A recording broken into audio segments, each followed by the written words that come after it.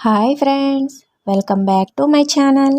ఈరోజు నేను చెప్పబోయే కథ పేరు అపార్థం. రవి, అంజి ఇద్దరూ మంచి స్నేహితులు. ఎదురెదురు ఇళ్లల్లోనే ఉండేవాళ్ళు.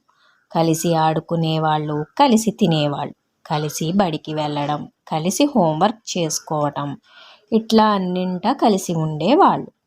వాళ్ళు ఇల్లు వేరు, శరీరాలు వేరు, కానీ మనసులు ఒకటే అన్నట్లు ఉండేవాళ్ళు. ఇలాంటి వీళ్ళ స్నేహాన్ని చూసి కృష్ణకు అసూయగా ఉండేది. కృష్ణ వాళ్ళ ఇల్లు బజారులోనే అటు ప్రక్క ఇంట్లో ఉంటారు. వీళ్ళు ముగ్గురు ఒకే తరగతిలో చదువుతున్నారు. రవి, అంజి వీళ్ళిద్దరూ కృష్ణతో బాగానే మాట్లాడుతారు. కానీ కృష్ణ మటుకు వీళ్లతోటే కాదు, అసలు ఎవ్వరితోనూ సరిగ్గా కలవడు. వీళ్ళను చూసినప్పుడల్లా అబ్బా అబ్బా ఏమి రాసుకుని పూసుకుంటున్నారు అని మనసులో కుళ్ళుకునేవాడు కృష్ణ. ఎలాగైనా సరే వీళ్ళిద్దరినీ విడదీయాలని ఎప్పుడూ ఆలోచిస్తూ ఉండేవాడు. అందుకే వాళ్ళు ఎవరు పలకరించినా కసురుకుంటూ ఉండేవాడు. అయితే ఒకసారి ఏమైందంటే, బడికి వచ్చేటప్పుడు కృష్ణ పెన్ను మెచ్చిపోయి వచ్చాడు. వాడు ఇప్పుడు నోట్స్ రాసుకోవాలంటే పెన్ను లేదు. ఎప్పుడూ కసురుకునే కృష్ణను చూసి బళ్ళో ఎవరూ ఏమీ ఇచ్చేవారు కాదు. మరి వీడు కూడా అంతే, ఎవరిని ఏమీ అడిగేవాడు కూడా కాదు. రవి, అంజులను అడిగితే ఇస్తారు, కానీ వాళ్ళని అడిగితే ఎలా అని అడగడు. లెక్కలు సారు వస్తే కొడతాడేమోనని భయం, బాధ. సార్ వస్తే తిట్లు తప్పవు, ఏమంటాడో ఏమో అనే భయం వాడి మొహంలో కనపడుతున్నది.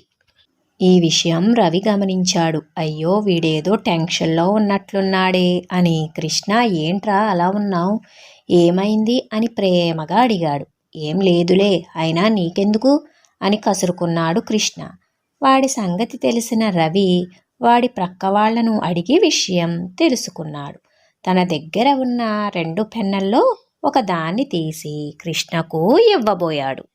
చిరునవ్వుతో, అభిమానంతో కృష్ణ ముఖం ఎర్రబడింది. నీ సాయం నాకేమీ అవసరం లేదు అని చెప్పబోయాడు. అయితే అంతలోనే లెక్కలు సారు అప్పుడే క్లాసులోకి వస్తూ కనిపించాడు. తప్పనిసరి పరిస్థితి, తను అటు పెన్ను తీసుకున్నాడు. ఇటు సారు లోపలికి అడుగుపెట్టాడు. ఆ తర్వాత బడి వదిలేంత వరకు కృష్ణ మనసులో ఆలోచనలు రేగాయి. నేను వీళ్లను శత్రువులాగా చూసినా వీళ్ళు మాత్రం నన్ను స్నేహితుడిలాగే చూస్తున్నారు అని కృష్ణకు అర్థమైంది. వీళ్ళు నా పట్ల మంచితనాన్నే ప్రకటిస్తున్నారు, కానీ తనేం చేస్తున్నాడు? తన ప్రవర్తనతో వీళ్లను ప్రతిసారి చిన్నబుచ్చుతున్నాడు. తెలియకుండానే అతని కళ్ళల్లో నీళ్లు తిరిగాయి. ఆ రోజంతా బడిలో కాస్త ముభావంగానే ఉన్నాడు కృష్ణ. సాయంత్రం ఇంటికి వెళ్ళాక రవి, అంజులు కలిసి హోంవర్క్ చేసుకుంటుంటే దగ్గరికి వెళ్ళాడు. సారీ రవి, నేను మీతోటి చాలా కఠినంగా మాట్లాడుతూ వచ్చాను, నన్ను క్షమించు అన్నాడు. అతనిలోని మార్పుని అర్థం చేసుకున్న అంజి, రవి ఇద్దరూ కృష్ణను సమాధానపరిచారు.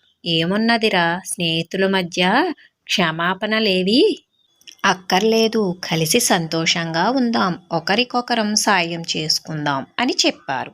ఆ తర్వాత ఇక ముగ్గురు మంచి స్నేహితులు అయ్యారు. ఎలా ఉంది ఫ్రెండ్స్ ఈ కథ? మీకు నా కథలు కనుక నచ్చినట్లయితే నా వీడియోస్ని లైక్ చేసి, షేర్ చేసి, సబ్స్క్రైబ్ చేసుకోండి. Thank you.